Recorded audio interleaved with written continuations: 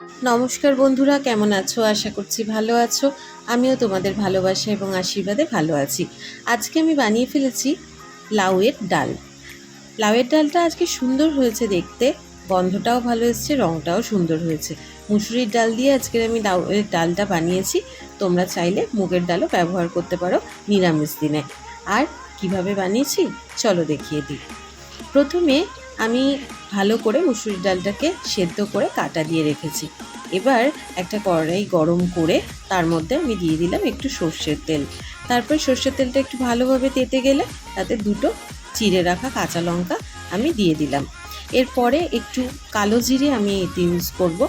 তারপরে আমি লাউগুলো দিয়ে দেব। লাউ দেওয়ার পরে আমি দিয়ে দিলাম এর মধ্যে একটু হলুদ, অল্প একটু লবণ। এবার এটাকে ভালো করে লাউটাকে মশলার সাথে কষিয়ে নিতে হবে। প্রত্যেকটা রান্নায় যদি একটু প্রথমেই ভালো করে সাঁতলিয়ে নেওয়া যায় তাহলে তার টেস্টটা আমার মনে হয় ভালো হয়।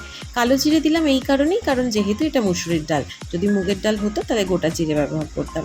দেখো একটু সাঁতলে এসছে লাউগুলো, বেশ রং ছাড়ছে। এবার কিন্তু এর মধ্যে আমি দিয়ে দিলাম ওই সিদ্ধ করে রাখা মুসুরির ডালটা। কিছুই না, একদমই সহজ একটা পদ্ধতি। খুন্তির সাহায্যে আস্তে আস্তে আমি নাড়াচাড়া করছি। করে যখন মোটামুটি একটু সাঁতলানো হয়ে যাবে, এবার আমি এতে দিয়ে দিলাম পরিমাণ মতন অল্প একটু জল। তোমরা যারা ডালের মধ্যে মিষ্টি খেতে পছন্দ করো না তারা দুটো দানা চিনিও ব্যবহার করবে না, আর যারা করো তারা 2-3টে দানা চিনি ইউজ করতে পারো। এবার আমি এটা ঢাকা দিয়ে দিলাম, একটু ফুটে যাক। ফুটে যাওয়ার পরে দেখো কি সুন্দর দেখতে এসছে।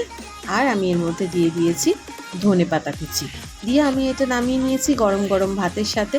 তোমরাও কিন্তু চাইলে বাড়িতে করে খেতে পারো। চলো তাহলে ঝটপট করে বানিয়ে ফেলো। দেখা হবে নতুন ব্লগে। টাটা।